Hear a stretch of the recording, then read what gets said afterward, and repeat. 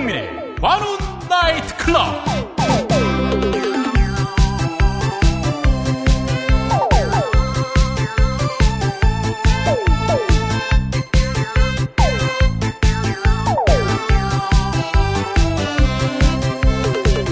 안녕하십니까, 웨이터 민동기입니다. 김용민입니다. 반갑습니다. 관훈 나이트 클럽으로 어서 오쇼.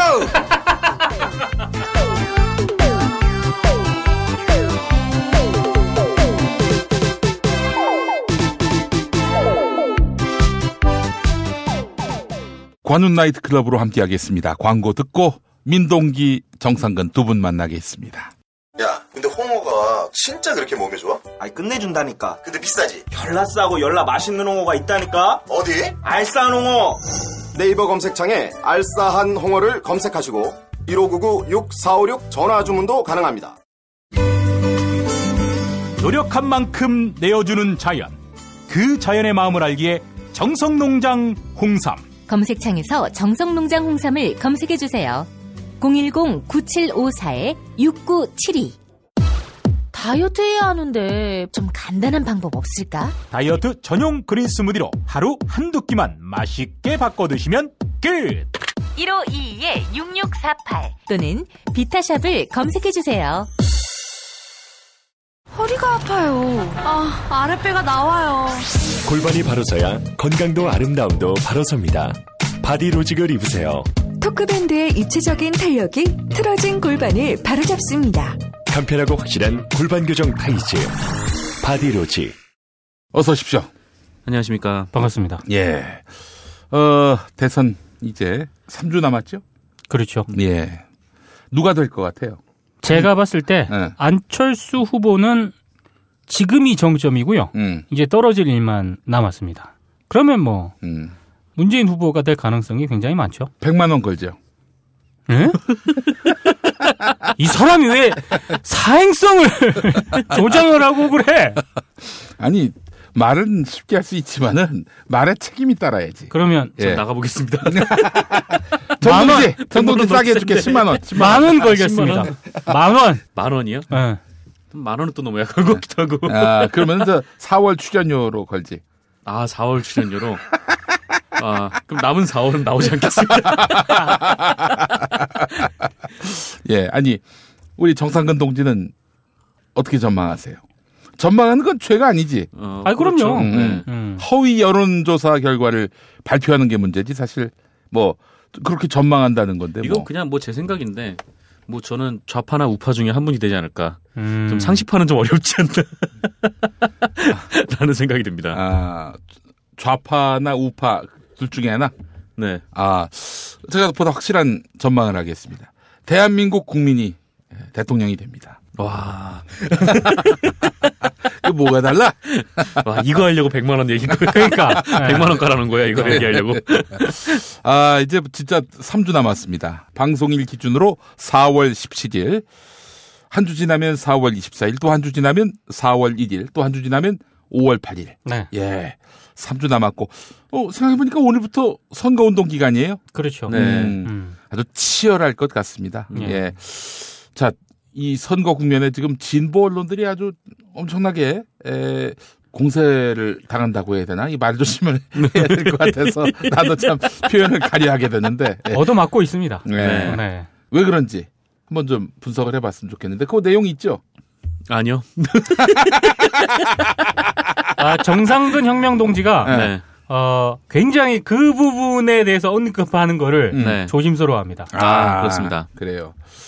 아, 참 사실은 굉장히 당혹스러운 상황인 것만은 분명합니다. 이게 예, 그 진보 언론 쪽에 계신 분들이. 근데 나는 좀 그런 생각이 드는데 시시비비를 명확히 가렸으면 좋겠어요. 네, 그러면은 문제가 없을 것이다. 네. 조선일보보다는 욕을 더 먹잖아. 그렇죠. 조선일보는 그쪽 악의 편이니까 욕을 할 이유가 없어. 네. 근데 이제 객관적이다, 뭐 공정하다 이런 외피를 두르고 낡은 언론의 그 어떤 프레임으로 자꾸 선거 전국을 바라보니까 이 화딱지가 난 거야. 기만당한다고 느끼는 거지. 뭐 그렇게 보는 측면이 있는가 하면은 또 다른 측면에서는 아니 그러면은 이거 특정 후보에 대해서 조금이라도 비판적으로 쓰면 이걸 갖고 완전히 그 후보의 경쟁자를 밀어준다라고 이렇게 도식화하는데 아니 거기 어떻게 동의할 수 있느냐. 예. 이렇게 또 이야기하는 쪽이 있고. 예. 그래서 그게 두 측면이 다 있기 때문에 그리고 저는 흔히 말하는 진보 언론사들의 얘기도 들어봐야 되고요. 예. 그리고 문재인 후보 지지자들이나 다른 후보 지지자들 얘기도 저는 들어봐야 된다고 보거든요. 그래서 일단 저희가 미디어 오늘이 진보 언론에 종사하고 계신 분들의 얘기는 한번 들어봤습니다. 예. 예. 근데 이제 그것만 딱 보신 또 어떤 분들은 왜 그 해당 언론사 얘기만 듣고 편파적으로 기사를 쓰냐 이렇게 하는데 그러지 않고요. 다음은 이제 그 문재인 후보를 비롯한 지지자들의 얘기를 좀 들어야 되거든요. 예. 들은 다음에 우리가 이번에 발행을 할 때 한번 종합적으로 분석 정리하는 기사를 한번 써보자. 왜냐하면 미디어 비평을 표방하는 매체에서 이 주제는 취재 연구해야 될 그런 주제다. 당연히 다뤄야죠. 정면으로. 네. 그래서 아무리 생각을 해봐도 우리 혁명 동지는 너무 지금 이걸 부담스러워하기 때문에 정동지 아무 얘기도 안 하고 있어 지금. 그 누구죠? 진짜 부담스러워합니다. 그래서 아니 뭐 부담스러워한다기보다는 네. 되게 어려운 주제인 것 같긴 해요. 그렇죠. 뭐냐면은 저는 그분들이 이제 뭐 진보 언론을 비판하는 지점도 뭐 어떤 지점인지 알겠고, 네. 뭐 진보 언론에 뭐 종사를 하는 분들이 뭐 얘기를 하는 것도 어떤 점인지는 알 것 같아요. 근데 뭐랄까 일단은 지금 기사를 사람들이 온라인에서 파편화되게 소비를 하고 그렇죠. 그래서 만약에 예전 같았으면 이렇게 지면을 딱 펼치면은 하여튼 뭐 어느 정도 뭐 균형이 맞아 보인다라고 했던 것도 뭐 온라인에서는 뭐 그렇게 기사를 하나만 보니까 좀 그렇게 편파적으로 느끼는 것 같기도 하고 그렇다고 뭐 지면에 대해서 불만을 제기하는 사람이 없는 것도 분명히 아니지만 근데 어쨌거나 그런 것도 있고 뭐 두 번째는 지금 우리나라의 그 정치부의 정치 기사가 지나치게 좀 국회나 아니면 후보 위주로 좀 돌아가는 것 같다라는 생각도 좀 들기도 해요. 그건 맞아요. 네. 뭐 한겨레나 뭐 경향도 어떤 뭐 적폐와 관련된 시리즈를 계속 내고 있기는 하거든요. 그래서 그런 식으로 그거를 이제 정치 의제화 시키는 그런 쪽의 기사를 내는 게 좀 어떨까 싶기도 한데 좀 어느 정도 좀 후보 캠프 위주로 좀 돌아가다 보니까 그게 가질 수밖에 없는 한계인 것 같기도 해요. 네. 어떤 그런 그게 몇 번 들어갔나 지금? 정동지 힘들어. 정동지. 그러면 안 돼. 그래서 제가 이제 진보 언론 쪽의 얘기를 들었으니까 이제 문재인 후보 지지자들이라든가 이분들 그 진보 언론에 대해서 굉장히 비판을 하고 계시는 분들의 얘기를 한번 듣고 그리고 마감할 때 우리가 한번 종합 정리하는 그런 기사를 쓰자. 요거를 제가 아무리 봐도 미디어오늘 내부에서 직진 김도연 선생밖에 없더라고.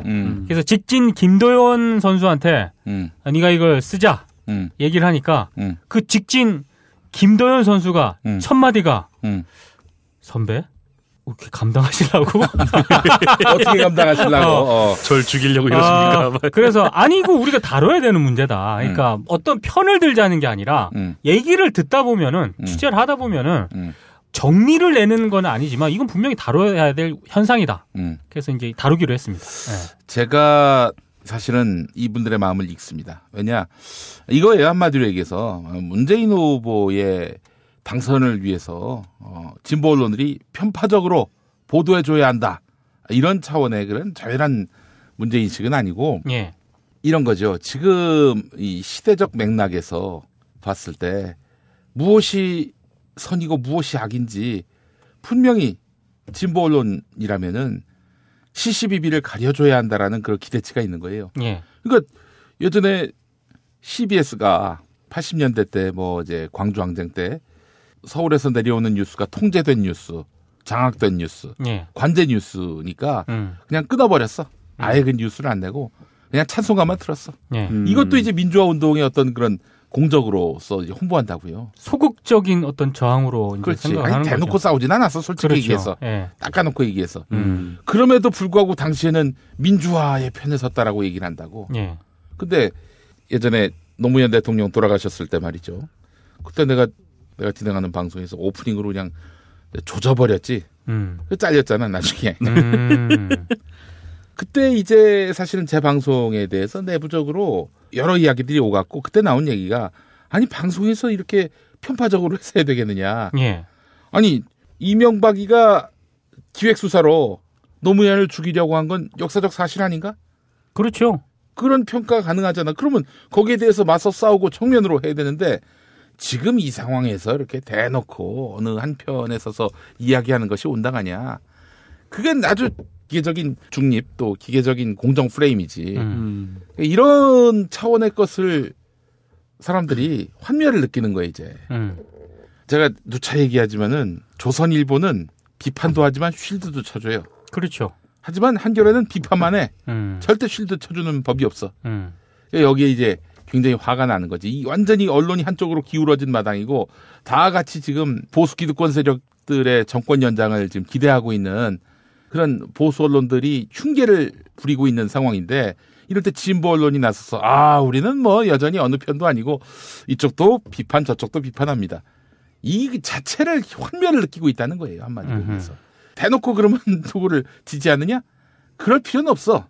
내 방법은 뭐냐면은 뉴욕타임스나 미국에 있는 여러 언론들처럼 선거 때 아무개를 지지한다고 밝히고 그러면서도 공정보도를 한단 말이죠. 그렇게 뚜렷하게 자기 입장을 밝히고 안철수가 뭐 에너지 민영화 운운도 하고 뭐 무슨 규제 프리존 네. 이거를 말하자면은 지향하고 그것도 아울러 사드 배치 그냥 하루아침에 입장 바꾸고 저거 조져야겠다 하면서 안철수 반대 프레임을 갖고 간다? 지금 욕먹을 이유가 전혀 없지.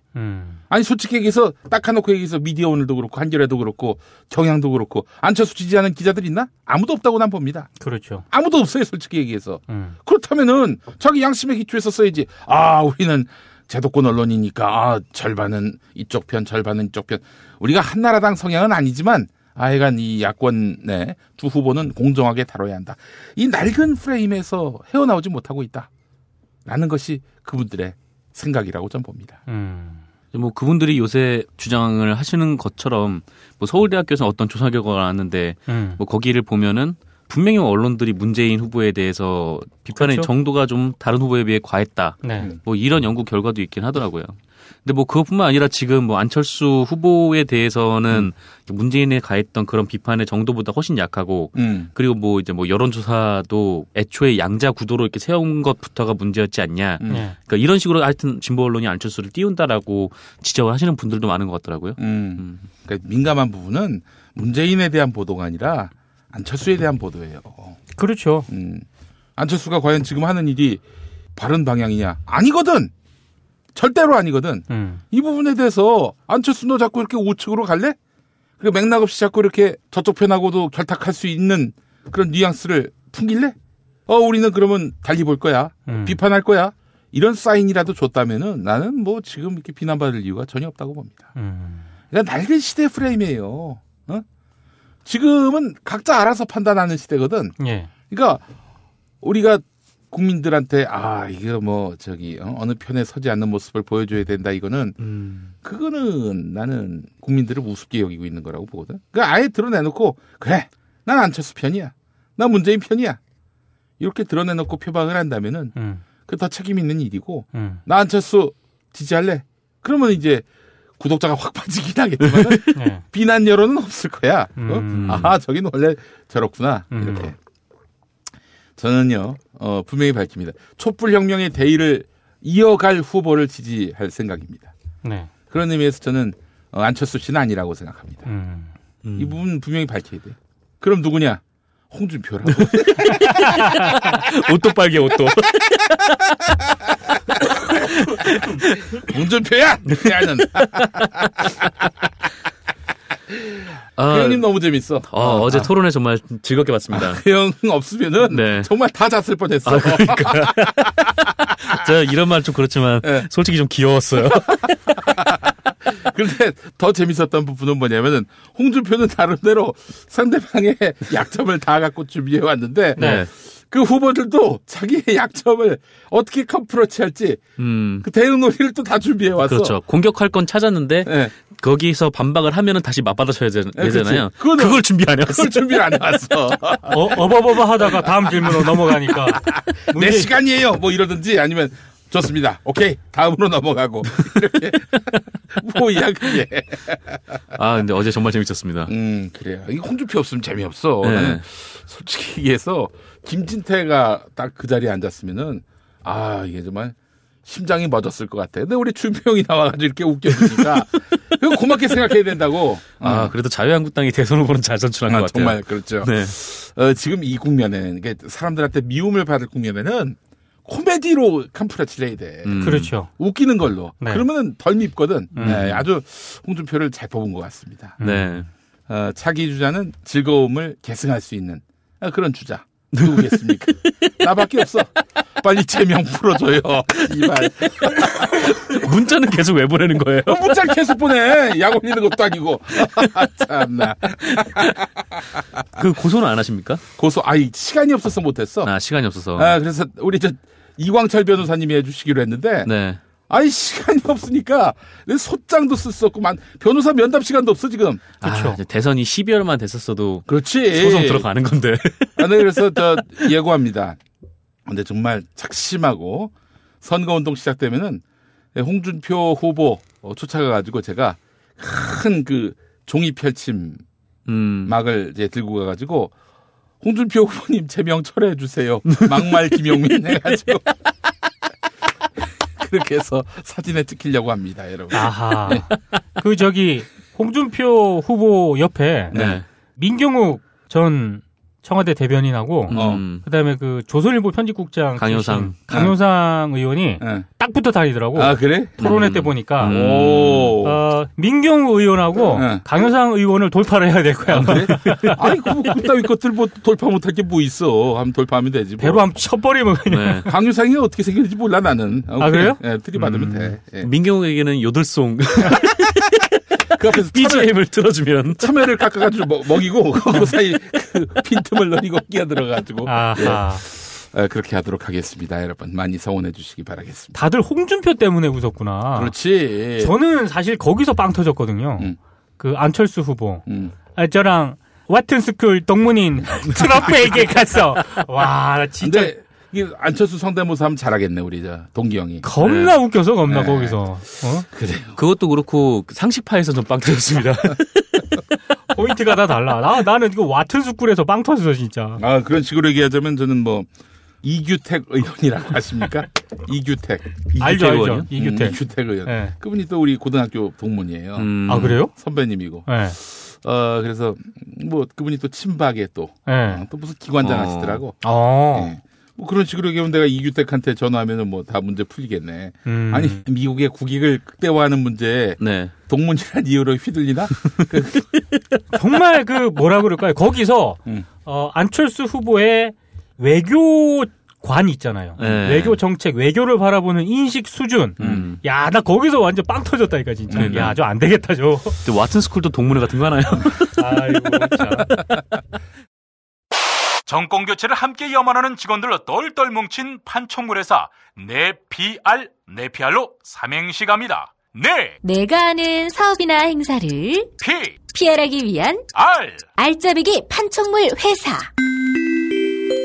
선물, 기념품, 답례품을 구하신다면 우리 편 회사 네피알을 찾아주세요. 3만 가지가 넘는 물품을 대기해 놓고 있습니다. 네피알로 인터넷 검색창에 입력하시거나 032-519-4800으로 연락주세요. 카카오톡 아이디는 네피알입니다. 팟캐스트 듣고 연락주시면 더 깎아드립니다. 현대인의 몸에 있는 독, 어떻게 치유할까요? 장봉근 아로니아는 자연에서 답을 찾았습니다. 아로니아라는 열매에 몸의 노화나 질병을 예방해주는 강력한 효과가 있습니다. 남녀노소 누구에게나 건강을 드리는 장봉근 아로니아. 폴란드산 야생 100% 아로니아를 국내 최초로 도입해 만들고 있습니다. 아로니아 안토시아닌이 혈관을 보호하고 혈관의 혈전을 억제시키는 효과가 있는 것으로 검색창에서 장봉근 아로니아를 찾으시고 전화 문의는 1522-1194로 하시면 됩니다. 안녕하십니까. 대한한의사협회장 김필건입니다. 세계는 지금 서양의학의 한계를 극복하고자 한의학에 관심을 기울이고 있습니다. 중국은 중의학을 적극적으로 육성하여 2015년 노벨 생리의학상을 수상하였고 한약제재 수출로 연간 4조 원 이상의 국부를 창출하고 있습니다. 이제 대한민국 차례입니다. 우리 국민의 성원과 정부의 의지만 있다면 한의학을 통해 대한민국은 세계 의료 시장을 선도하게 될 것입니다. 국민과 함께하는 한의학, 대한민국의 미래를 만듭니다. 자, 오늘 어떤 이야기부터 해볼까요?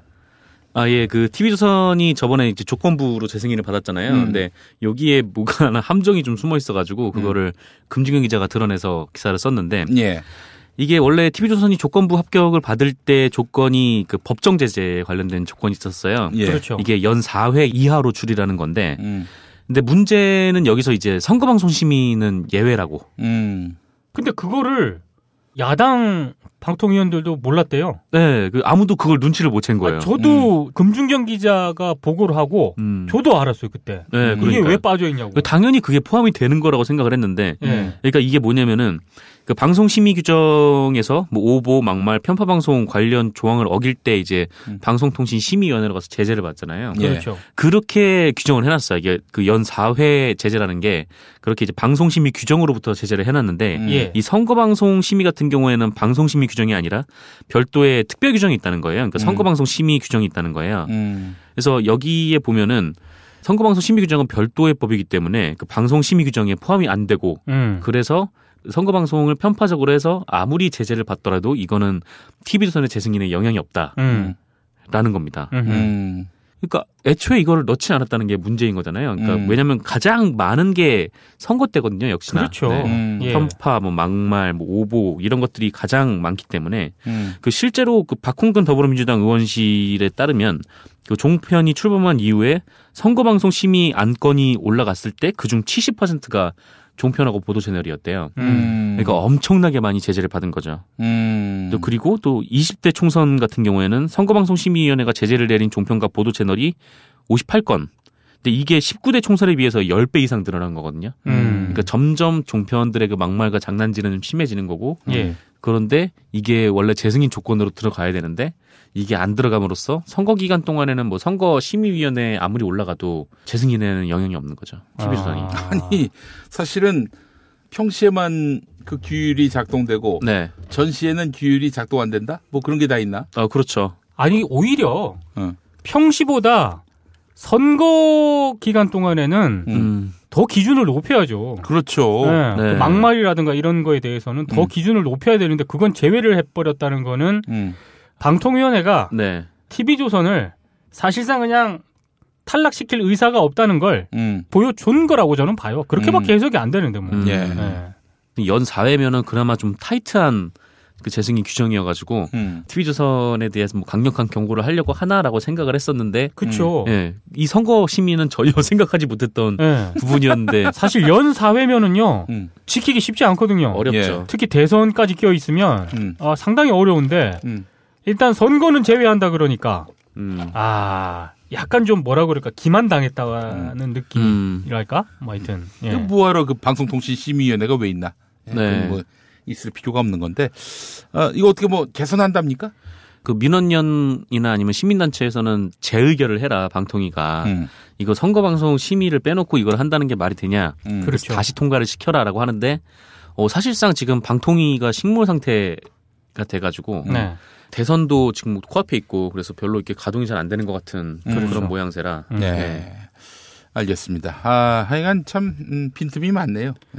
그것도 그렇고 마지막까지 황교안 총리나 어찌됐든지 박근혜 정부지 않습니까? 박근혜 씨는 저기 큰 집에 들어가 있지만 마지막까지 알박을 건 받고 챙길 건 챙기고 뭐 요런 정권인 것 같아요. 보니까. 그러게요. 이제 마지막에 이거 임명할 거라고는 그러니까 별로 상식적으로는 좀 이상한데. 그래요. 방송통신심의위원회 문제도 그렇고 말이죠. 앞으로 대선 이후에 개혁해야 할 것들이 한두 가지가 아니네. 이거 어떻게 뭐 검찰부터 시작해서 언론까지 뭐 하나 뭐 제대로 된 데가 없으니까 그렇죠. 다 뜯어 고쳐야 되는 거 아니겠어요? 네. 그럴 어떤 역량과 의지가 있는지 다음 정부가 문재인 후보가 된다면 어떤 진정성을 갖고 개혁을 할 수 있을지 또 저항 세력에 맞서서 맷집은 있는지 그것도 상당히 좀 관심이고요. 예. 준표 형님을 걱정해야 되는 거 아닙니까, 김용희 PD? 뭘 걱정을 해? 에? 뭐 어차피 안 될 거 뭐. 잘하고 계시던데요. 그러니까 저는 자유한국당 당원이지만 네. 제명됐어도 네. 저는 그렇게 생각합니다. 자유한국당은 지금 야당할 때다. 네. 그 경의선역 중에 야당역이라고 있습니다. 아, 그래요? 야당역이라는 데가 있어요. 네. 야당역 쪽으로 당사를 옮겨야 한다. 아하. 전 이런 생각을 하고요. 네. 야당을 해야 그리고 권력을 잃어야 국민 무서운 줄 아는 거죠. 예를 들어 경상북도 지역에서 군위 상주 이 지역에서 뭐 한 번은 더불어민주당이 되고 한 번은 정의당이 되고 한 번은 자유한국당이 되고 이래봐요. 어떻게 되겠어요? 뭐 거기 아무나 후보로 못 내려보내지. 그렇죠. 그 진짜 수도권 같은 거 아니에요, 한마디로 얘기해서. 그렇죠. 예. 수도권 같은 곳이면은 정치 의식이 굉장히 높은 곳이고요. 그러면 주민들, 유권자들에 대한 대접이 달라집니다. 어디든 어느 한 당만 줄기차게 밀어주면 공천준 당에 대해서만 고마워할 뿐이지 유권자들한테 고마워하지 않아요. 예. 그런 의미에서 저는 사실 국민들을 무서워할 줄 아는 그런 정당이 돼야 한다. 국민들이 안 무서우니까 우리 준표 형님이 후보로 나간 거 아니에요. 네. 아주 좋은 구도입니다. 그래도 좀 무서워서 김진태가 아니라 그렇죠. 홍준표가 나왔던 거 아니에요. 네. 김진태가 나오면 더 재밌었을 텐데 안타까운 그런 생각이 듭니다만. 하여튼 그것도 역시 개선을 해야 될 것이고요. 사실 종편 개혁은 쉽습니다. 지금 종편에게 부여된 특혜를 회수하는 것만 해도 네. 그러니까 각 케이블 TV에다가 아니 뭐 굳이 거기다 번호를 안 줘도 됩니다. 이런 식으로 슬쩍 그 특혜를 거두면은 TV조선이 70번으로 간다든지 이런 상황이 오면은 그러면 이제 그때는 진짜 그렇죠. 큰일 나는 거죠. 아니 진짜 종합편성 채널이잖아요. 네. 종합편성을 안 하고 있으면 거기에 맞게 제재를 가하고 또 방송발전기금이라든가 지금 종편 출범할 때 뭐 여러 가지 혜택 준 게 있어요. 그것도 기준에 안 맞으면 회수하고 그러면 이제 자연적으로 정리가 되거든요. 근데 지금 그걸 안 하니까. 그래도 이제 뭐 TV조선에서 뭐 나는 자연인이다 같은 것도 한다고. 그러고 보니까 제가 저번에 나는 자연인이다를 베낀 프로그램을 설명을 하면서 채널 A라고 말씀을 드렸었는데 그거 MBN 프로그램이더라고요.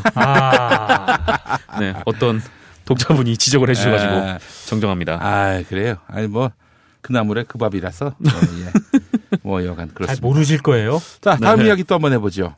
지난 2월 17일에 이재용 삼성전자 부회장이 구속이 됐잖아요. 예. 그 이후로 삼성이 비상 경영 쇄신안이라는 걸 발표를 했는데 여기서 그룹의 미래전략실을 해체를 했어요. 근데 이것 때문에 지금 언론사 광고가 좀 비상이라고 그런 소식이 있더라고요. 맛 좀 봐라 이거네 한마디로.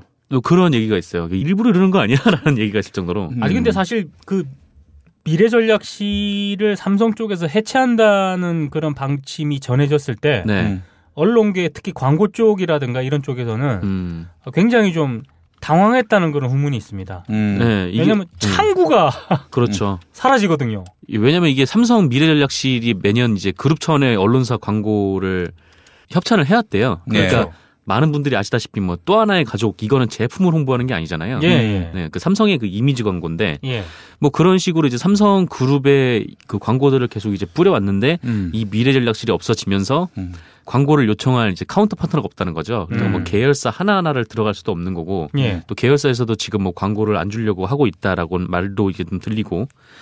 그래서 어쨌거나 예전에는 미래전략실이 주도를 해서 삼성그룹 광고 협찬을 한 다음에 그거를 계열사들로부터 돈을 걷어들이는 방식을 썼다는데 근데 지금은 뭐 미래전략실이 없어져 버렸으니까 지금 굉장히 뭐 삼성 광고를 기대하기가 좀 어렵게 됐다. 뭐 그런 얘기들이 좀 돌더라고요. 그래서 이제 나중에 이제 점점 언론들이 조금씩 이재용 그 사면 분위기를 만들려고 하지 않을까.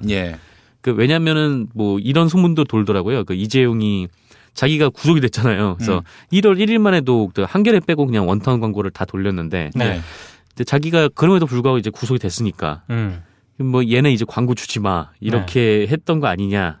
뭐 이런 얘기가 돌고 있는 마당이어서 삼성에 대한 이재용에 대한 좀 언론사들의 좀 눈치 보기가 좀 시작이 되지 않을까. 제가 봤을 때 그 삼성 관련 보도를 좀 주의 깊게 앞으로 볼 필요가 있는데요.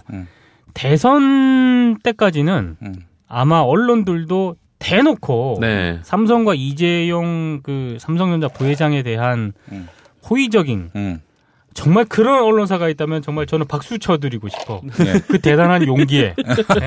이 분위기에도 불구하고. 근데 대선이 끝나지 않습니까?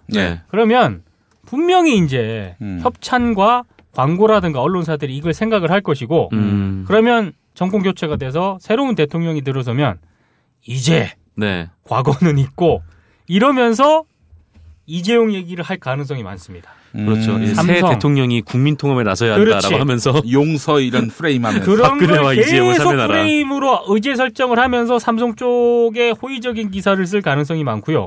그러면서 물밑으로 광고나 협찬 재개를 제한할 가능성이 있다는 게 저희 조심스러운 예상입니다. 이거 예상입니다. 예상. 전문가의 예리한 그 판단인데 저도 그렇다고 봐요. 근데 다시 한번 얘기하지만은 삼성 광고 없이 한번 사는 훈련도 해봐야 돼요. 그럼요. 그래야지 삼성에 대해서 자유롭게 비판할 수 있고.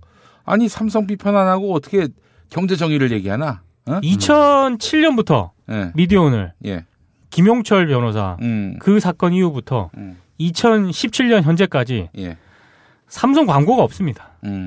안 망하지 않습니까? 미디어오늘 안 망합니다. 그래서 저희 기자들이 그 미전 시일이 해체가 되면서 언론사들이 광고를 걱정하고 있다라고 소문이 좀 들리니까 저희 기자들이 왜? 진짜 그랬어요. 왜? 우린 뭐 잘 사는데 뭐 이런. 잘 살진 않지만 넉넉하진 않지만 망하지 않는다 이 말이죠. 행복하게 살고 있습니다. 맞습니다. 부끄러운 줄 알아야 돼요. 그 지금 삼성 광고 어떻게든 받아가지고 그렇게 해서 그렇게 영혼을 파느니 차라리 신문사 문 닫는 게 낫지. 그렇지 않겠어요? 그러니까 이재용이 이제 언론 개혁을 하네요. 감옥에서. 새로운 해석인데 정말? 이재용발 언론 개혁. 이재용발 언론 개혁? 오. 알겠습니다. 자, 다음 이야기 또 해보겠습니다. 네, 그 전국언론노동조합이 작년 12월에 언론 부역자 명단이라는 걸 발표했었어요. 그렇죠. 그때 이제 소개를 드렸었던 것 같은데 대체로 이제 뭐 전 공영방송 사장이나 이사장들, 뭐 이사들 뭐 이런 사람들로 좀 구성이 돼 있었는데 지난 11일에 2차 부역자 명단을 공개를 했습니다. 그래서 그 면면을 보면은 일단 MBC가 23명이고 그다음에 KBS가 20명, 그리고 YTN이 5명, 그리고 SBS가 2명. 이렇게 되어 있는데 뭐 이들의 주요 면면을 보면 이제 뭐 사장이나 이사장뿐만 아니라 뭐 보도 책임자들까지 이제 좀 적시를 해서 이렇게 좀 언론 노조가 좀 DBR을 시키는 것 같아요. 아니 근데 김장겸이 이번에 포함됐더만. 1차 때는 왜 포함이 안 됐어요? 주로 이제 1차 때는 뭐 언론 기관장들 그리고 뭐 이사장, 사장급이었거든요. 그러니까 1차 때는 이제 최성준 방통위원장, 박효정 방심위원장, 약간 그런 쪽이었고, 이인호 KBS 이사장, 뭐 고영주 박문진 이사장, 뭐 이런 식이었는데 대가리들. 그렇죠. 그렇죠. 그러니까 현직 사장들하고요. 근데 2차 때는 뭐 전직 사장들 그리고 보도 책임자들 이제 다 포함이 된 거죠. 3차도 있습니까? 3차도 조만간 발표를 하려고 하는 것 같아요. 그러니까 3차는 지금 실무진이겠구나. 뭐 그럴 것 같아요. 이게 지금까지 나온 사람들이 한 50명 정도 되거든요. 그렇죠. 50몇 명, 한 60명 그 정도 되는데 이 사람들을 다 포함해서 한 200명 정도의 풀을 만들어가지고 그거를 데이터베이스화 시킨 다음에 이 사람들을 뭐 각 정당의 대선 후보 캠프에 보내고요. 그 다음에 추가 보완 작업을 거쳐가지고 뭐 이제 사람들이 인터넷에도 열어볼 수 있게 이렇게 뭐 끝까지 추적을 한다 뭐 이런 계획인 것 같아요. 그런데 얘기 들어보니까 최강욱 변호사, 방송문화진흥회 이사 아닙니까? MBC 대주주. 뭐 그런 거 하나마나 눈 하나 깜짝 안 할 사람들이다. 아마 그렇겠죠. 눈 하나 깜짝 안 할 사람이다. 아마 새 정부가 민주정부가 들어서면은 끝까지 저항할 사람들이다. 개기면서. 근데 뭐 언론 노조가 이런 리스트를 만드는 거에는 뭐 눈 하나 깜짝 안 할 사람들인 거는 맞는 것 같은데, 근데 정권이 바뀌는 상황 자체는 좀 이 사람들한테 문제로 다가올 수도 있을 것 같아요. 그래요. 그러면은 나중에 이분들 어떻게 한다는 겁니까? 일단 뭐 법과 뭐 원칙에 따라 뭐 이렇게 해야겠죠. 그러니까 뭐 앞으로 이제 정권이 바뀌고 뭐 그 공영방송법이 바뀌고 뭐 이사회 관련된 법들이 좀 바뀌면 이사회가 새로 구성이 될 것이고 그렇게 되면 이제 사장이 교체될 가능성도 커지겠죠. 저는 이렇게 전망합니다. MBC를 저렇게 버티면요. 방법이 있어요. 방송문화진흥회가 대주주 아닙니까? 네. MBC를 대폭적으로 구조를 개편하는 겁니다.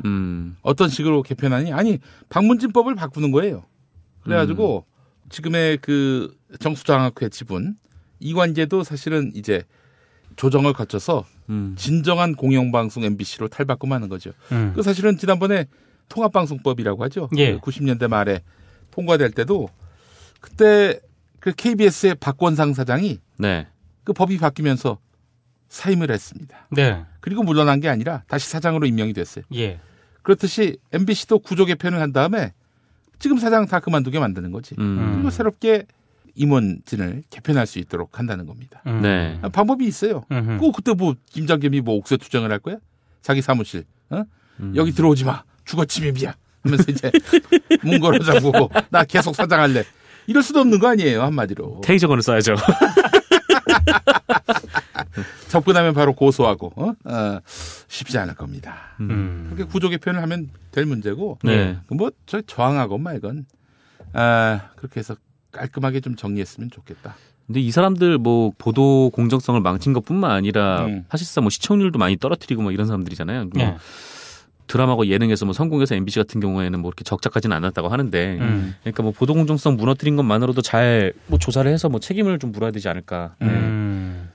그렇게 좀 생각이 좀 되더라고요. 예, 하여간 참 재밌는 일입니다. 그렇죠. 예, MBC 개혁이 다음 정부 개혁의 어떤 시금석이 될 수 있다는 점 한번 좀 눈여겨보면서 검찰 개혁과 함께 굉장히 중요한 시금석이 될 것 같습니다.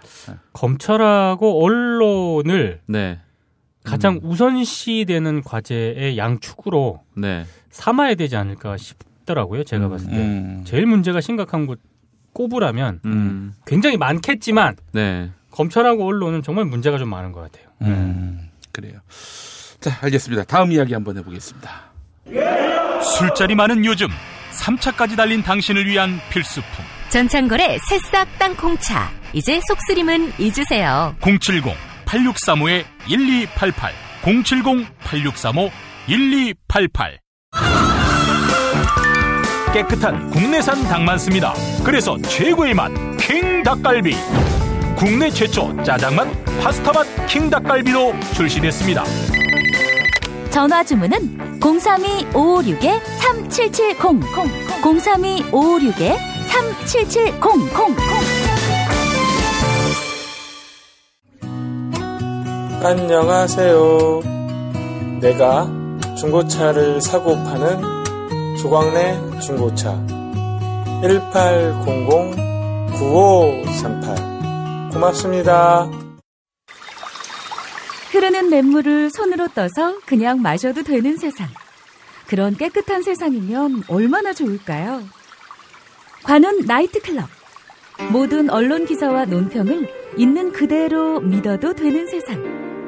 그런 반듯한 언론 환경을 만들겠습니다.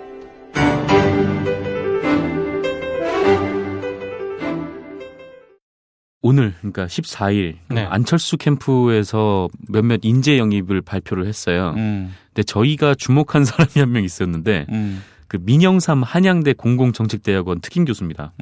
민 씨입니다. 네, 민 씨. 네. 옛날부터 친일파가 많았던 그 민 씨. 네. 외척 세력도 많았어요. 네. 네. 그러니까 민영삼 이 교수를 왜 저희가 주목을 했냐면은 네. 뭐 이전에 종편에 출연을 많이 해가지고 네. 굉장히 편향적인 발언으로 논란을 빚었던 인사이기 때문이에요. 근데 이 사람이 이제 안철수 후보 캠프로 갔다는 게 좀 놀라운 거죠. 뭐 대표적으로 보면 뭐 세월호 참사 직후에 박근혜 씨가 뭐 대국민 담화도 좀 눈물을 흘리면서 막 기자회견을 하지 않았습니까? 예. 또 그걸 보면서 뭐 나도 아까 보면서 뭐 코가 찡해졌다, 뭐 냉철하고 근엄한 모습이 국민들에게 있는데 뭐 그것을 완전히 불시시키고 대통령이 인간적으로 책임을 통탄하고 국민의 비탄을 같이 한다는 그런 메시지가 완전히 전달됐다 이러면서 아주 지 마음대로 이렇게 해석을 하는 모습들이 좀 있었거든요. 예. 그리고 2015년 10월에는 박원순 서울시장 아들 주신 씨 병역 의혹에 관련해서 그래요? 네. 박 시장이 뭐 아들의 병역 문제를 정치적으로 뭐 이용하고 있다라는 식의 주장을 폈었어요. 그래서 예. 의학적, 과학적 해명이 아니라 정치적으로 해명하고 있다 이런 주장도 했었고, 아니 의학적으로 다 해명이 된 문제잖아요. 이거는. 그렇죠. 네. 네. 이미 다 검사도 다 마쳤었고요. 예. 그리고 작년 1월에 TV조선 장성민의 시사탱크에 출연해가지고는 그 막말 갑질을 한 의원 중에서도 친노인 의원들이 5-6명 되지 않냐 뭐 이러면서 의원들 이름을 한 명 한 명 언급하면서 뭐 특정 예비 후보자의 낙선을 요구하기도 했었죠. 그래서 이렇게 저렇게 논란이 됐던 사람인데 그건 말고도 굉장히 많아요. 그래서 종편을 감시하는 민원연에서도 항상 늘 단골 소재로 지적이 되던 패널이었는데 이 사람이 안철수 캠프로 들어갔다고 하더라고요. 그래서 아마 그 TV조선이나 이런 데서도 네. 예전보다는 그 출연 빈도수가 굉장히 많이 줄어들었을 거예요. 워낙 TV조선이 뭐 막말이라든가 이런 걸로 제재를 많이 받으니까 네. 조금씩 출연 빈도가 줄어들고 있는 상황이라고 저는 봤는데 이분을 그냥 안철수 캠프에서 덜컥 왜 그랬을까? 그러니까 TV조선이 버린 지난번 대선 때는 문재인 대통령 후보 국민통합위원회의 전략기획단장 이거였어요. 민현삼 씨가. 예. 그래요. 예. 근데 이제 지난번에 그 문재인 캠프에 있다가 그 이렇게 마시 간 사람들이 한둘이 아니에요. 경향신문 논설위원했던 고영신. 네. 이 인간도 문재인 캠프에서 뭔 역할을 했었어요. 그래놓고는 뭐 나중에 또 뭐 입만 열면은 문재인가 문모닝에 이제 문모닝에 이제 효시 역할을 했던 사람이죠. 이 사람이 경향신문 있다가 2012년 대선 때 고영신 씨가 문재인 캠프 언론특보였어요. 예. 언론특보였던 분이 또 뭐 정권 바뀌고 박근혜가 집고 나니까 종편의 얼굴을 내밀면서 완전히 또 그쪽 편으로 갔습니다. 이 고영신, 민영삼 이 두 사람 이름은 확실히 기억해 둬야 돼요. 어떻게 사람이 입장이 바뀌니 그렇게. KBS 이사도 했어요, 실제로. 이사도 했네요, 진짜. 이게 사실은 평론가라고 하는 것이 네. 그 출연하는 방송사에 종속될 수밖에 없습니다. 현금이 나오잖아요. 또 현금 액수가 점점 올라가니까 네. 의존도가 더 높아져. 그러니까 저는 자유로운 평론을 위해서는 직업으로서 평론을 하면 곤란하다. 네. 자, 그래서 그런 사람들을 비꼬기 위해서 종편이 생기기 훨씬 전부터 그렇게 이야기하고 다녔습니다. 생계형 시사평론가다. 저는 생계형 시사평론가다. 예. 얼마나 웃겨. 먹고 살기 위해 시사평론을 한다는 게 얼마나 웃겨. 네. 또 OEM형 시사평론가다. 주문제자. 주문자 생산 방식의 시사평론. 당신은 웃고 있는데 네. 당신이 시사평론하면 안 그럴 것 같아? 저도 TBS 가서 그러고 있어요. 그러니까 이 평론가라고 하는 직이 네. 아주 골 때립니다. 보따리 장수에 불과한데 뭐 그 사람의 말에 그냥 여론이 막 생기고 이런 상황이란 말이죠. 그렇기 때문에 저는 하루속히 시사평론가 협회를 만들어서 이 자격증 있는 사람만 출연하게끔 뭐 이게 좀 바뀌어야 된다. 아하. 그래서 진입 문턱을 상당히 높여놓고 그래서 시험도 보고 또 몇 년에 한 번씩 면허 갱신도 하고. 그렇게. 뭐 전에 말씀드렸듯이 이제 아침에 이렇게 평론가들이 이제 배치 카페 모여 앉아서 그렇죠. 네. 인력시장처럼 봉고차 오면은 채널에 인사 보내면 한 2명 타고. 너 좋네, 아주 좋아. 네, 이렇게 되지 않을까. 직업 보도방. 직업 보도방. 예. 그래요. 좋네. 그 아이디어 좋네. 예. 네. 협회는 근데 한 10분의 1은 돼야 되는 연간 소득에. 연간 소득에. 100분의 1로 센데요? 100분의 1로 합시다. 100분의 1.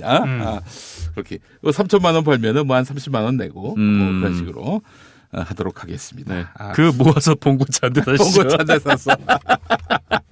그래서 또 시사평론가 협회가 좀 커지면은 방송사하고 이제 바터를 치는 거야. 그래서 이제 출연이 좀 미진한 그런 평론가들은 의무적으로 할당을 해서 반드시 출연을 시키도록. 상생법안이. 그렇지. 그런 식으로. 예전에 그 김용민 PD랑 저랑 글을 비슷한 얘기 한번 했었습니다. 그 시사평론가 협회 이런 걸 만들어가지고. 대한 시사평론가 협회. 그러니까 딱 해가지고. 대시협. 대시협. 기획사처럼 하는 거지. 그래서 KBS의 어떤 토론 프로그램에서 약간 진보적인 어떤 경제 분야에서 분배와 관련된 어떤 진보적인 평론가가 필요하다. 네. 네네네네. 정상근 평론가 보내드리겠습니다. 이러고 MBC 쪽에 보수적인 평론가 누구요? 그거요. 알겠습니다. 이러고 이제 보내드리는. 그렇지. 그렇죠. 좋네. 우리가 그걸 한번 구상을 했었거든요. 네. 전산망으로 자동으로 거기서 입력하면 바로 그렇지. 네. 대리기사 나오듯이. 네. 평론가가 곧 도착합니다. 나 지도에서 카카오. 예. 카카오 평론. 예, 그냥 좋네. 그래서 또 특정 평론가가 이 시장에서 몇 %를 넘지 않도록. 그거 필요해요. 그거. 예, 그 시장을 과점하지 못하도록. 이게 저희 규제도 만들어 놓고 말이죠. 예. 그렇게 해서 한번 우리 시사평론가협회를 한번 창립을 해야 되겠다라는 생각이 듭니다. 그 JTBC에서 잡스라는 그 프로그램이 있습니다. 예. 뭐 국회의원도 나오고 이러는데 최근에 평론가. 그래서 뭐 임진모 씨, 진중권 교수, 그다음에 그 맛 칼럼니스트 황교익 씨 해가지고 이렇게 했는데 황교익 씨라든가 임진모 씨 같은 경우에는 지금 우리가 얘기한 거 있지 않습니까? 평론가 시장이 더 커지지 않도록 카르텔을 막 형성해야 된다고. 그래서 시험도 본다고 아까. 그렇지. 만약에 평론가인데 가입을 안 하면은 이 황교익 평론가 가입을 안 한다. 그러면 우리가 맛 칼럼니스트를 여기서 키우는 거야. 그렇지. 그래가지고 황교익의 시장을 반분하는 공격적 시장 게임. 아니 그것처럼 공문을 보내 각 방송사에 정식으로 등록된 평론가가 아니기 때문에 나중에 연습생도 키우죠. 오디션도 하고. 그렇지. 오디션도. 평론이 하고 싶니? 좋습니다. 평론가들의 복지를 위해서 또 이 종편 출연을 해야 되는 거 아니겠습니까? 그렇죠. 그래서 이제 가발 업체하고 또 이제 컨소시엄을 이뤄가지고 좀 빠지시는 분들, 탈모, 그 헤어날 수 없는 매력을 갖고 계시는 분들. 그래서 이거 대담호에서 진짜 화냅니다 이거.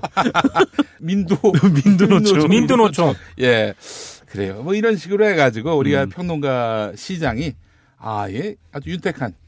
젖과 꿀이 흐르는 가나안과도 같은 그런 시장이 되도록 해야 되겠다. 예, 그런 생각이 들고요. 어떤 특정한 기관에 취업했다.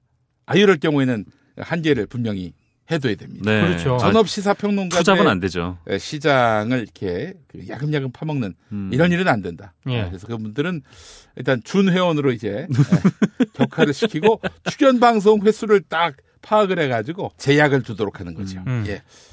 그렇게 민영삼처럼 그러면은 캠프에 들어가는 평론가들은 어떻게 되는 겁니까? 이런 경우에는 일단 그 준회원으로 또 강등을 시켜서 이런 사람은 이제 패널로 가야지. 어느 당의 대표로. 이럴 때는 이제 회원증을 반납을 해야 됩니다. 예. 그리고 자체적으로 심의 기준이라든가 이런 걸 둬가지고 내보냈는데 해당 방송에서 막말이라든가 이런 걸로 논란을 일으켰다. 그러면 이제 또 심사를 해야죠. 아니야? 여기는 회원의 복지를 위해서 있는 거지. 회원한테 그런 식으로 타격을 주나? 이럴 때는 이 시사평론가협회, 대한시사평론가협회는 변호인을 할선을 해줘서 계속 방송할 수 있도록 뒷받침해줘야 한다. 민 국장님은 너무 마인드가 안 돼 있어. 변호인을 알선해준다고 해놓고 국선 쓰는 거 아닙니까?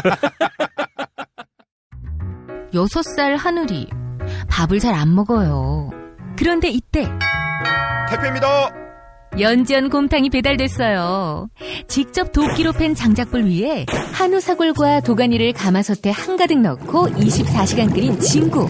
연지연 곰탕이 하늘이 입에 들어가는 순간 맛있다. 엄마 한 그릇 더 주세요. 조미료 같은 첨가물이 전혀 들어가지 않아 엄마의 기쁨은 더하답니다. 7팩 이상 무료 배송합니다. 주문 전화는 010-7252-1114 010-7252-1114. 김용민 브리핑과 함께하는 브리핑 대리운전 1522-9687 1522-9687. 수익금 일부는 김용민 브리핑 드라마 악인 열전 제작비로 쓰입니다.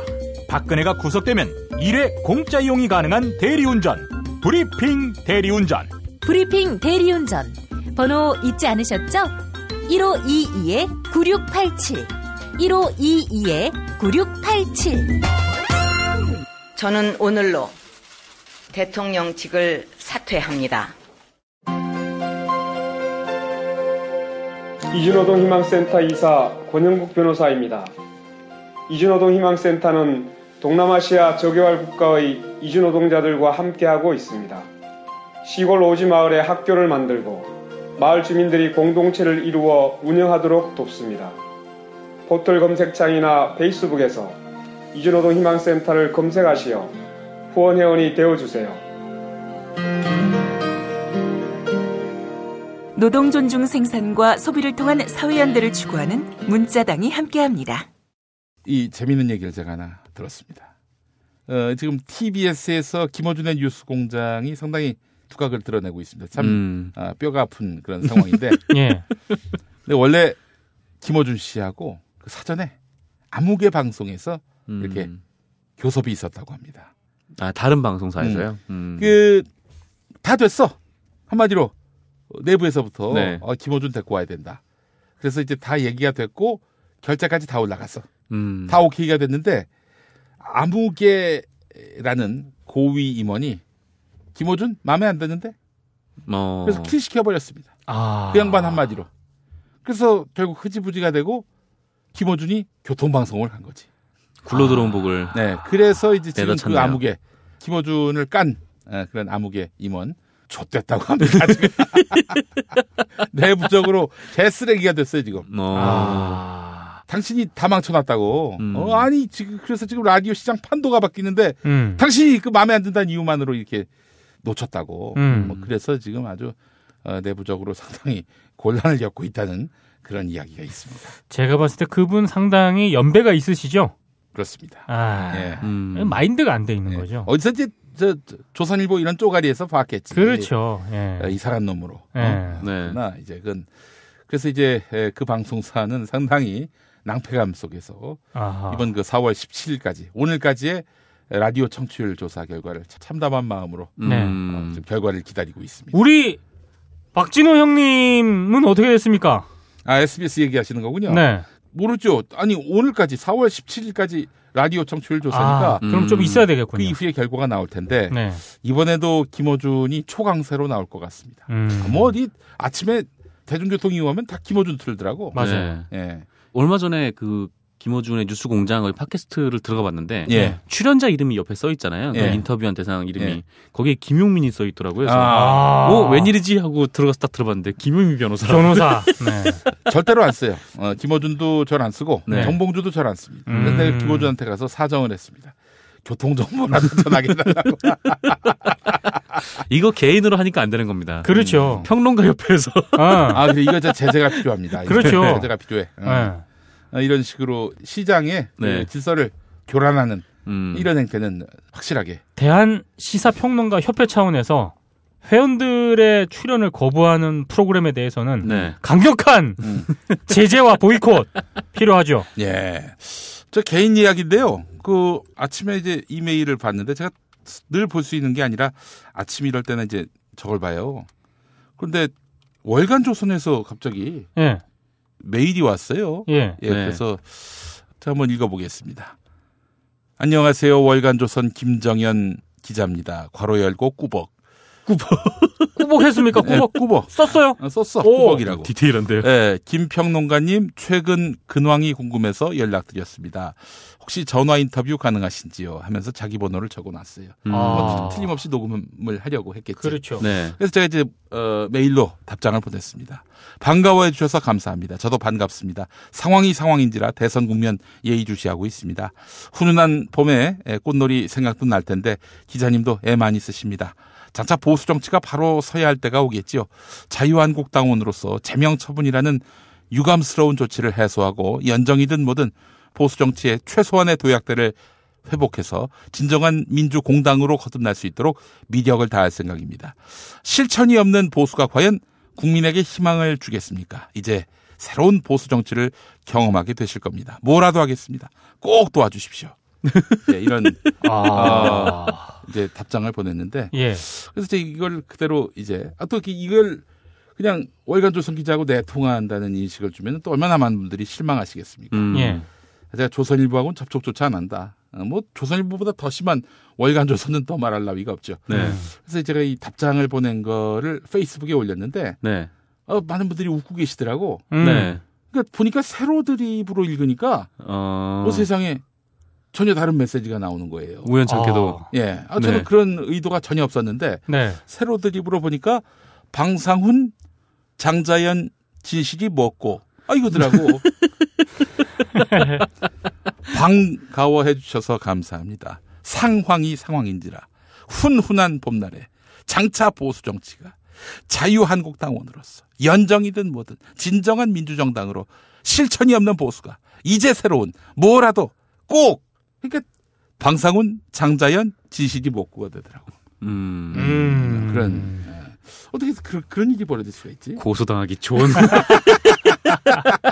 저는 전혀 그런 의도가 아니었는데. 네, 멀리 안 나가겠습니다. 네, 왜 이런 메일을 보내고 그래? 본전도 못 찾게. 쉬고 싶으시다더니 감옥에서. 아니 진짜 무슨 갑자기 근황이 궁금해서 메일을 내가 봤을 때 이제 낙곰수 씹으려고 하는 거지. 그렇죠. 낙곰수 씹어가지고 뭐 무슨 근데 지금 월간지가 4월 14일인데 이미 5월호 편집은 다 끝났을 거 아니에요. 그렇죠. 그렇겠죠. 그럼 이제 이게 6월호로 나간다는 건데 6월호에는 뭐가 나갈까? 어떤 의미로? 뭐 좋게 기사를 써줄 리는 없을 거 아니야. 뭐 막말 그 정치인으로 뭐 몰락했다가 다시 부활한 김용민 이렇게 써줄 리는 없을 거 아니야. 그 메일이 온 게 언제였어요? 오늘. 녹음하고 있는 오늘. 그러면 막판에 뭔가 끼워 넣으려고 했을 수도 있어요. 왜냐하면 전화 인터뷰 보통 월간지 찾아와요. 그렇지. 근데 전화 인터뷰를 하자고 하는 거 보니까 막판에 뭘 끼워 넣으려고 했을 수도 있겠네.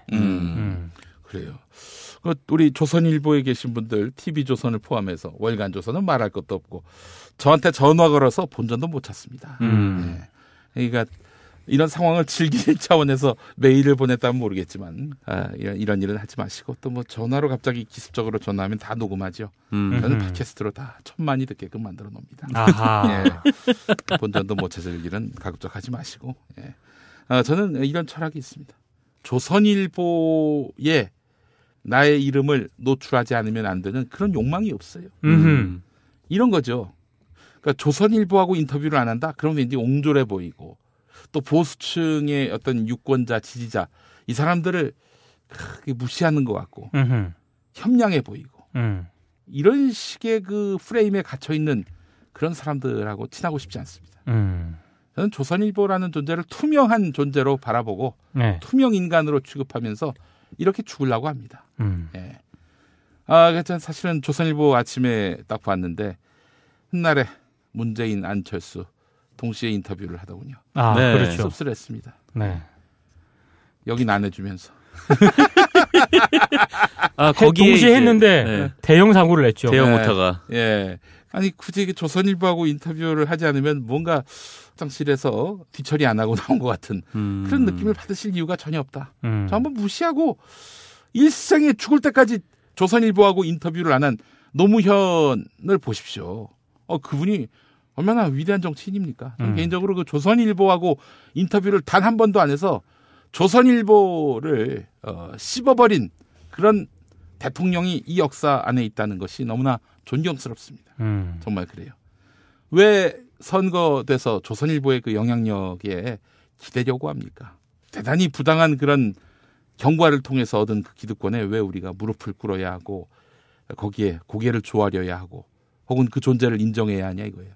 전 죽을 때까지 조선일보하고는 뭐 거래를 안 합니다. 예. 푸드조선은 좀 생각을 해볼 여지가 있습니다. 그런 게 있어요? 그 섹션이 있더라고요. 섹션이 있습니다. 섹션. 네. 먹는 거 갖고는 예를 들면 밥을 사준다. 네. 그래서 뭐 후기를 써라. 그거는 또 좀 고려를 해볼 것 같은데. 그 나머지 영역은 뭐 전혀 뭐. 예. 제가 산을 잘 타지도 않고 월간산 낚시하지도 않고 월간 낚시 헬스에 관심 없고 그렇습니다. 전혀 관심 없습니다. 예. 이렇게 해서 또 마무리할 시간이 됐습니다. 뭐 재미있는 뒷얘기 없어요? 연애 잘 되시나? 예, 행복하게 잘 지내고 있습니다. 그 연애하시는 분이 한결에 다니시는 분인데. 네, 맞아요. 요즘 이 사태를 어떻게 보세요? 어떤 사태요? 비난 여론 이런 거. 비난 여론. 사실 지금 뭐 사회부 기자라, 네. 지금 되게 사실 뭐 일도 많고 지금 정신없고 그렇죠. 네, 뭐 세월호 터지면 또 진도도 내려가야 되고 뭐 이제 뭐 하여튼 뭐 그런 처지여서 예. 아주 단단합니다. 우리 한겨레 기자들 보면은 참 단단해요. 예. 단단한 분들이고 우리 정상근 기자하고 가까운 그분은 정상근 기자보다 내가 먼저 알았을 걸 그분을. 네, 얘기하더라고요. 네, 그 양반을 제가 2010년부터 봤어요. 저기 한겨레 인터넷 방송 하면서 그 멤버였어 그때. 그래서 참 사람 이거 뭐 진짜 인성을 보고 뽑았나 뭐 그런 생각이 들 정도로 아주 좋은 사람입니다. 아주 좋은 분이에요. 네. 정말 좋은 분입니다. 그분은 뭐 하여튼 진짜 인품이나 마인드가 아주 훌륭한 분이에요. 정말 그렇죠. 너무 좋은 분이어서 어떻게 정상근 같은 인간하고 제가 지금 차마 그 얘기를 안 했는데 마지막에 덧붙이는군요. 그런 나이트클럽 여기서 마치겠습니다. 자 여러분 관심 가져주실 게 우리 미오캣이 우리 뉴스K 라이브를 통해서 매일 오후 5시에 이제 방송이 됩니다. 예, 많이 또 애청해 주시고 다운로드 많이 받아주시고 라이브도 많이 시청해 주시고 그렇게 해서 관심 가져주시고 광고도 좀 밀어주시고 그렇게 해서 미오캣이 이제 미디어 오늘을 접수할 수 있도록 많이 도와주시기 바라겠습니다. 미오캣 오후 5시입니다, 여러분. 월요일부터 금요일까지. 예. 우리 민 국장님 마지막으로 한 말씀 하시죠. 미디어 오늘도 좀 많이 어떻게 도와주죠? 후원을 해주시면 됩니다. 후원. 그래요. 구독료가 얼마죠? 후원은 10,000원부터 시작할 수가 있고요. 후원은 10,000원부터인데 이게 구독료를 하기에는 지난번에도 한번 말씀을 드렸는데 신문 배달이 우편 배달이기 때문에 비용이 많이 들어요. 아니 비용도 비용인데 이게 늦어요. 복불복입니다. 빠르면 다음 날도 가는데 내가 얘기했잖아. 예를 들면 5일 뒤에 배달된다면 5일 뒤 시점에 벌어질 일들을 갖고 쓰는 거야. 5일 뒤. 그러고 싶어 진짜. 예를 들면 제 5월 한 5일쯤에 이제 기사를 쓴다 그러면 문재인 대통령이 당선됐다. 이렇게 인쇄를 해가지고 보내지. 근데 그렇게 딱 찍었는데 운이 좋으면 다음 날 갈 수도 있기 때문에. 그렇죠. 5월 4일에 5월 8일자 신문을 받아올 수가 있어요. 그 다음 날 바로 가는 경우도 있어요. 그런 경우도 있어요. 그래서 이게 복불복이기 때문에 신문 구독만 하기에는 그렇고요. 그 미디어온으로 후원을 해주시면 신문이 자동으로 같이 갑니다. 예. 그래요. 그게 안 되면 어떡하지? 문재인이 안 되면은 그 아주 골 때려주는 거 아닙니까? 그렇죠. 예. 이게 예전에 그런 일도 있었어요. 월드컵 때 이탈리아한테 져서. 그렇죠. 시청 앞에서 막 눈물을 짓고 서로 얼싸안고 울었다. 뭐 그런 네. 내용이 맞아요. 그래서 배달이 됐지. 네. 마감 시간 때문에. 예. 그렇죠. 우리 뭐 그런 거 신경 안 쓰고 사람들이 그런 거에 또 재미를 느낀다고. 네. 그러면 그때는 제호를 바꿔야 됩니다. 제호를. 미디어 네일로. 미디어 네일, 그렇지. 미디어 5일 뒤 뭐 이런 걸로. 그렇지. 그렇게 해서 한번 독자 서비스를 하시면 어떨까 생각해 봤습니다. 자, 오늘 수고 많으셨습니다. 네, 감사합니다. 고생했습니다. 김용민 브리핑과 함께한 시간 어떠셨어요? 다음 시간에도 보다 바르고 알차며 즐거운 정보로 여러분을 찾아가겠습니다. 팟캐스트 포털 팟빵에서 다운로드하기, 구독하기, 별점 주기, 댓글 달기로 응원해주세요. 잊지 마세요. 다운로드하기, 구독하기, 별점 주기, 댓글 달기.